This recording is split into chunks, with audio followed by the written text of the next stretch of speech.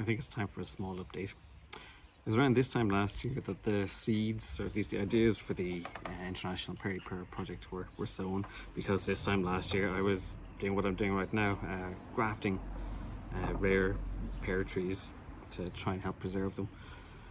So last year we did about, I think, 120 trees in total. I think about 80 were pear trees, actually more, 90 or so were pear trees. And this year I'm kind of overdoing it a little bit. I'm doing about 220 trees, 173 of which are going to be pear trees. I'm nearly finished. I'm just on the last run here for leftover rootstocks. But the idea of grafting is to take a known variety. This one is Metzer Bratbirne, and to basically splice this genetic material, because it's a known variety, onto a rootstock that will basically take over the root system and make it grow. You can't sow seeds for pears or apple trees.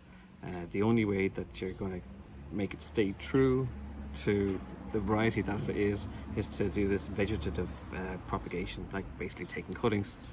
Because if you take a pear from a Metzer Bratbirne and you sow the seeds, and there's about 10 seeds if they fully develop in a pear or an apple, they've been cross-pollinated with other pear trees around the place, and then, like you and I, it takes on each of the seeds takes on the genetic structures of both parents, so it becomes a hybrid of some sort. You don't know what they are. They could be really good, but they're not, it wouldn't be Metzer Bratbirne.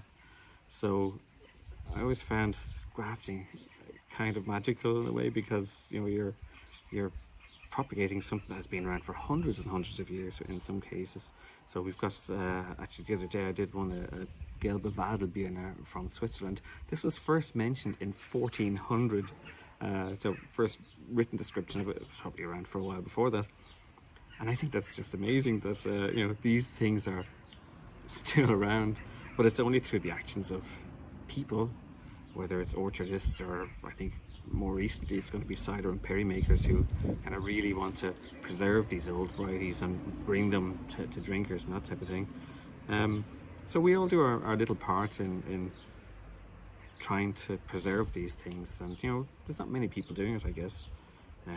There's plenty of people, okay, let's say private collections, but they're not making perry or stuff. I keep saying I hope I live long enough to be able to make perry from these trees that we're grafting last year and this year. I mean, what I'm grafting this year, I'm hoping will be a phase 2 of the project. But yeah, I think it's a nice thing to do, and next year I maybe won't do as many because we really don't have the space anymore. So yeah, that's what we're doing right now, and I'm gonna maybe take you over in a little while to see where the babies from last year have been planted. I've basically moved them to a different nursery so that they have a little bit more room to grow and get a bit more robust before we plant them in autumn. And here are the babies that were grafted last year. They spent the first year in a smaller nursery, a bit more tightly packed together. So I felt that to give them the best chance to replant them in this staging area so that they have a bit more room to grow over the coming spring and summer. And then they'll be planted in autumn. There's 112 here so far, and about 48 will be planted in the Perry Pear orchard then. So only the strongest will come into that orchard, and the rest I hope to plant between fields and along trackways and that type of thing.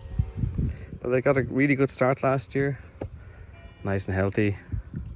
You can see them budding already, and yeah, a good start.